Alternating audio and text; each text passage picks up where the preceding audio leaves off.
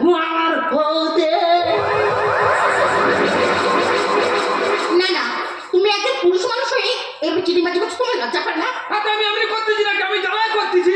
চালা মানে তোমার তো কিসের চালা? কেন জ্বালা?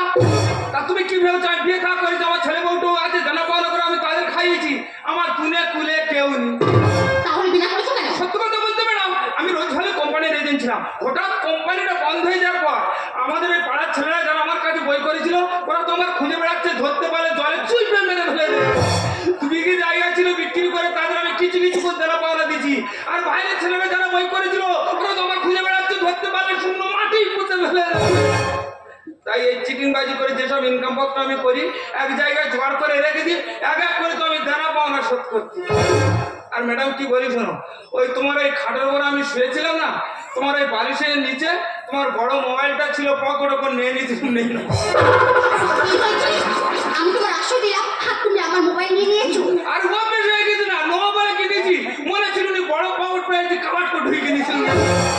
ঠিক আছে, ওটা আমার ফিরত দিতে হবে না, ওটা তোমাকে আমি দিয়ে দিলাম। আর তোমার কোনো চিন্তা করতে হবে না, তোমার দেনা দায়িত্ব সব আমার। আমার দেনা দায়িত্ব তুমি নেবে? আমার ম্যাক্সিমাম 5 লাখ টাকা দেনা, তুমি জানো? ম্যাক্সিমাম তো 5 লাখ টাকা দেনা তো। অত চিন্তা করছো কেন? শুধু আমার বাড়িটার দাম 10 লক্ষ টাকা। আমার দেনার সঙ্গে তোমার এই বড় বাড়ির সম্পর্কটা কি? না মানে? আরে মানে করো, মানে করছো তো, মাথা চুল করছো, মাথায় কি বড় বড় ড্যাঙর আছে নাকি?